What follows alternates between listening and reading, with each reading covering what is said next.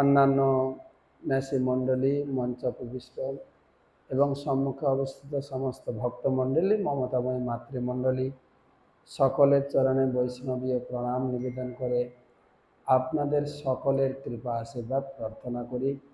বাঞ্ছা কল্পতরুভ্যশ্চ কৃপা সিন্ধু ভয়েবচ পতিতানাং পাবনেভ্যো বৈষ্ণবেভ্যো নমো নমঃ। তো আজকের এই সভায় উপস্থিত হতে পেরে নিজেকে ধন্য বলে মনে করছি। গৌড়ীয় মঠের আদর্শ এবং শ্রেষ্ঠত্ব বিষয়ে আলোচনা আমরা শুনছি। আমাদের আরাধ্য দেবতা, একমাত্র উপাস্য দেবতা, আরাধ্য ভগবান ব্রজশত তনয়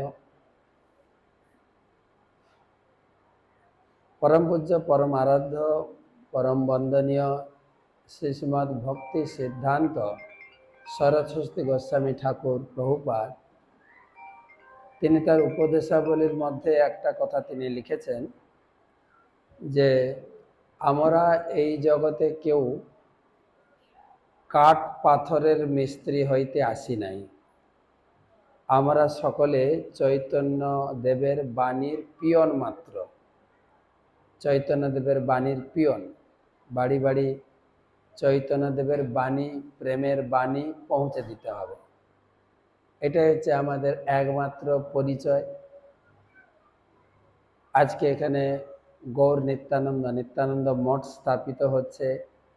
কবিরাজ গোস্বামী লিখে গেছেন, জগৎ ভরিয়া গেছে জগাই মাধাই, সবাই হেরিছে বাট গৌর নিতাই। তিনি লিখছেন যে মহাপ্রভুর সময় একজন জগাই মাধাই ছিলেন, এখন বাড়ি বাড়ি জগাই মাধাই।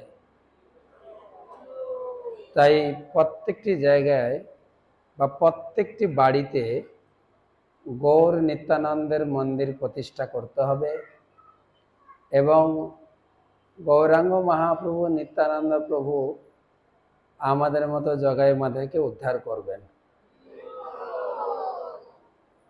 আমরা এই গৌড়ীয় মঠের বা গৌড়ীয় আদর্শের সঙ্গে যুক্ত হওয়ার আগে কতটুকুই বা আমরা গৌর নিতাইকে চিনতাম। আমার মনে পড়ে বাড়িতে যখন ছিলাম, ও গৌর নিতাই জগাই মাধাই উদ্ধার করেছিল, ব্যাস এইটুকুই। কিন্তু গৌর নিতাই জগতে কি দিয়ে গেছেন এবং জগাই মাধাইকে কিভাবে উদ্ধার করলেন, বৃন্দাবন দাস ঠাকুর চৈতন্য ভাগবত গ্রন্থে তিনি প্রকাশ করেছেন।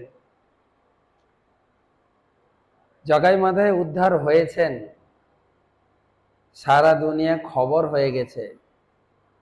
জগাই মাধাইয়ের মতো লোককে উদ্ধার করলেন কে? না গৌর নিতাই।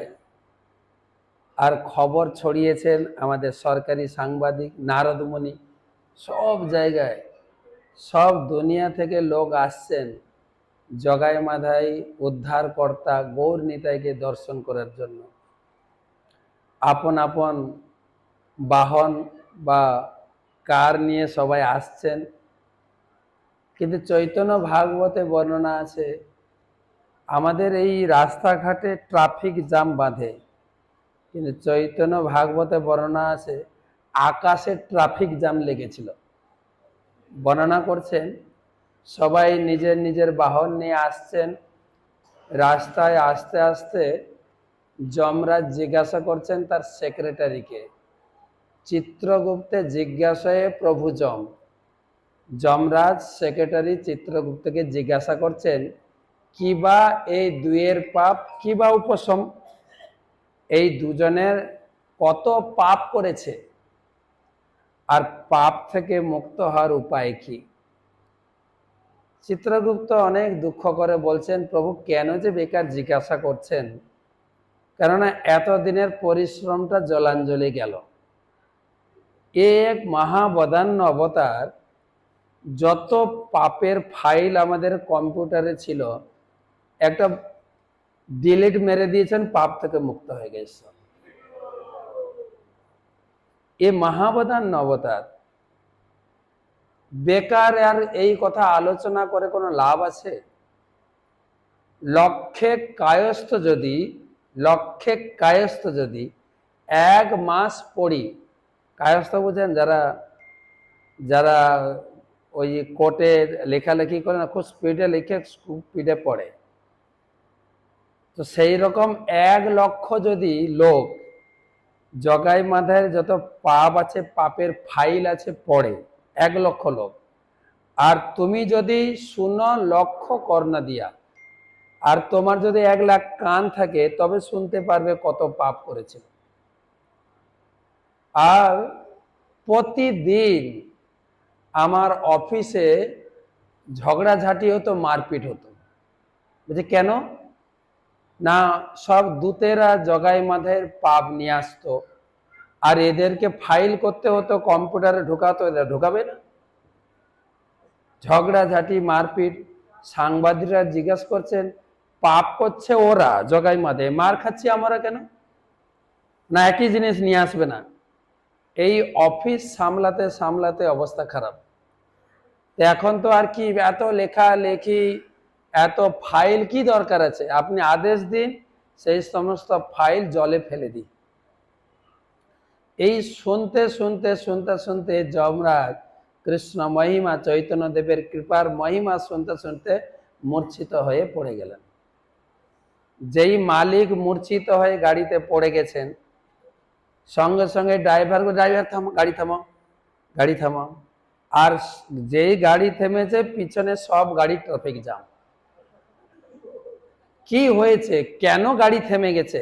অনেক সময় হয় না, গাড়ি থেকে নেমে আমরা যাই, দেখি কি গাড়ি থেকে নেমে আসছেন ভিআইপি ব্যক্তিরা, শিব ঠাকুর, নারদমণি, ব্রহ্মাজি সব আসছেন। কি হলো? আকাশ মার্গে আবার ট্রাফিক জ্যাম। সে আবার কি? আস্তে আস্তে সামনে এসে দেখে ট্রাফিক জ্যাম বলতে কি না, মালিক, গাড়ি খারাপ হয়নি, মালিক মূর্ছিত হয়ে পড়ে আছে। আর সবাই, মালিকের যত সেক্রেটারি বা বাড়ির লোক, সবাই চিন্তা করছে, কেউ হাত পা টিপছেন, কেউ জলের ছিটা দিচ্ছেন, কেউ হাওয়া করছেন, কিন্তু একটু প্রাণ নেই। তুলো দিয়ে দেখা যায়, তুলো নাকে নড়ছে না। তার মানে সবাই কান্না করা শুরু করেছে। তো আসছেন শিব ঠাকুর, নারদমণি, ব্রহ্মাজি, ইন্দ্রজি আসছেন। যদি ট্রাফিক জ্যামের ভিতরে পুলিশ আসে, রাস্তা করে দেওয়া না যায়, কমপক্ষে ট্রাফিকটা ছাড়িয়ে দেবে। তো ভিআইপিরা আসছেন, নারদমণি, শিব ঠাকুর, ব্রহ্মাজি, ইন্দ্রজি আসছেন, সবাই রাস্তা করে দিয়েছেন। সামনে এসে দেখেন যমরাজ মূর্ছিত হয়ে আছেন, সবাই কান্না করছে, কি করে জ্ঞান ফেরাবেন। নারদমণি বলছেন, এই রোগের চিকিৎসা আমি জানি, সবাই হাঁটো এখান থেকে। ওই জল ছিটে দেওয়া, হাওয়া করে উদ্ধার, মানে জ্ঞান ফিরবে না। আমি জানি কি করে জ্ঞান ফেরাতে হয়। এই মৃগী রোগের চিকিৎসাটা আমি জানি। সবাই বলুন, হরে কৃষ্ণ কৃষ্ণ কৃষ্ণ হরে হরে, হরে রাম রাম রাম হরে হরে। এবারে যমরাজের একটু একটু জ্ঞান ফিরছে। আর যখনই জ্ঞান ফিরছে, উৎসাহ সহকারে সবাই হরি নাম করছে। আর হরি নামে নাচা শুরু করেছেন শিব ঠাকুর ফার্স্ট, নাচের মাস্টার নটরাজ, তিনি নাচা শুরু করেছেন। নারদমণি নাচছেন, আর সূর্য নন্দন যমরাজ উঠে নাচছেন। আর সে নিত্য কীর্তন হয়ে গেছিল আকাশ মার্গে। নাচতে নাচতে, বর্ণনা আছে চৈতন্য ভাগবতমে, নটরাজ শিব নাচতে নাচতে বসন কোথায় গেছেন খেয়াল নেই, দিগম্বরী হয়ে নাচছেন। এই হরি নামের আনন্দে, মহাপ্রভুর মহিমার আনন্দে শিব নাচছেন, পার্বতী নাচছেন, গণেশ, দুর্গা সব নাচছেন একসঙ্গে। তো সেই বর্ণনা চৈতন্য ভাগবতমে রয়েছে। আজকে শিল প্রভুপাদ ভক্তি সিদ্ধান্ত সরস্বতী ঠাকুর এই গৌড়ীয় মত প্রতিষ্ঠা করে ধীরে ধীরে এর প্রচার সারা বিশ্বে, মহাপ্রভু ভবিষ্যৎবাণী করেছিলেন, পৃথিবীতে আছে যত নগরাদি গ্রাম, সর্বত্র প্রচার হইবে মোর নাম।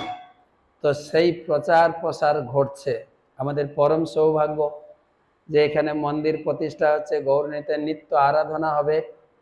সেই সঙ্গে একটি খেয়াল রাখতে হবে, কালকে বিগ্রহ প্রাণ প্রতিষ্ঠা হবে। আমার গুরুদেব যেখানে প্রাণ প্রতিষ্ঠা হবে একটি কথা বলেন, আপনারা যারা লোকাল আছেন, সিউড়ি নিবাসী, সকলে প্রার্থনা করবেন, যখন মহারাজরা বিগ্রহ প্রতিষ্ঠা করবেন প্রার্থনা করবেন, হে ভগবান, গোলক বৃন্দাবন থেকে এসে বিগ্রহে অবস্থান করুন, আমরা যেন আপনার সেবা করতে পারি, কৃপা করে আমাদের সেবা গ্রহণ করবেন। এইভাবে বিগ্রহ আসবেন, আমরা বিগ্রহ সেবা করার সুযোগ পাবো। সবাইকে অশেষ ধন্যবাদ। হরে কৃষ্ণ।